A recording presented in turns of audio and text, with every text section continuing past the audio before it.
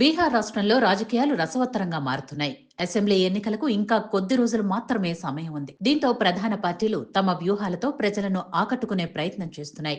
ఇందులో భాగంగానే ప్రతిపక్ష పార్టీలైన కాంగ్రెస్, ఆర్జేడీలు ఓ యాత్రను ప్రారంభించారు.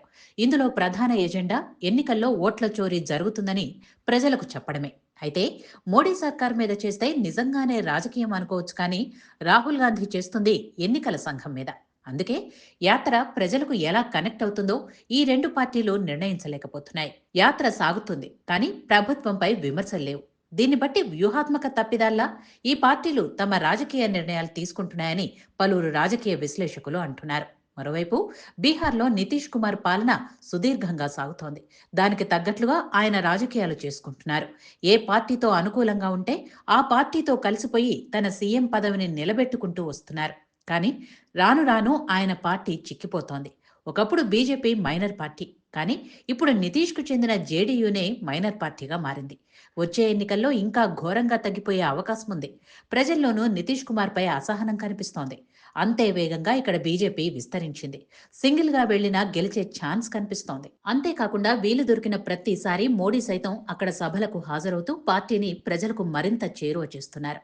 ముఖ్యంగా యువత, ఉపాధి, గ్రామీణాభివృద్ధిపై బీజేపీ ఫోకస్ చేస్తోంది.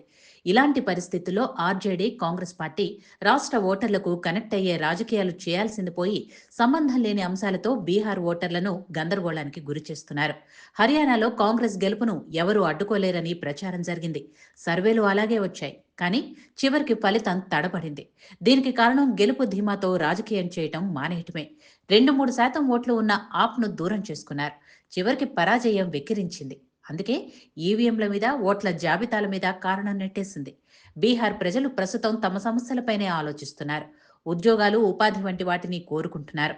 దానిపైనే చర్చ జరగాలనుకుంటున్నారు. కానీ ఆ ఎజెండాను ముందుకు తీసుకువెళ్లలేకపోతోంది కాంగ్రెస్, ఆర్జేడీ కూటమి.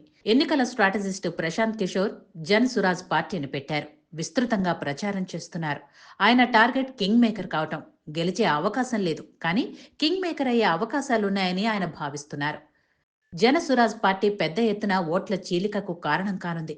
ఎవరి ఓట్లు చీలుస్తుందన్న దానిపై భిన్నాభిప్రాయాలున్నాయి. సాధారణంగా అధికార వ్యతిరేక ఓట్లను చీలుస్తుందని అనుకుంటారు. అదే జరిగితే ఎన్డీఏ కూటమికి అడ్వాంటేజ్ అవుతుంది. ఈసారి బీజేపీ సింగిల్గా మెజార్టీ స్థానాలు సంపాదించినా ఆశ్చర్యపోనవసరం లేదు. ఇది కాంగ్రెస్కు పెద్ద మైనస్ అనే చెప్పాలి. మరి ఇప్పటికైనా కాంగ్రెస్ తన వ్యూహాన్ని మార్చుకుంటుందో లేదో చూడాలి.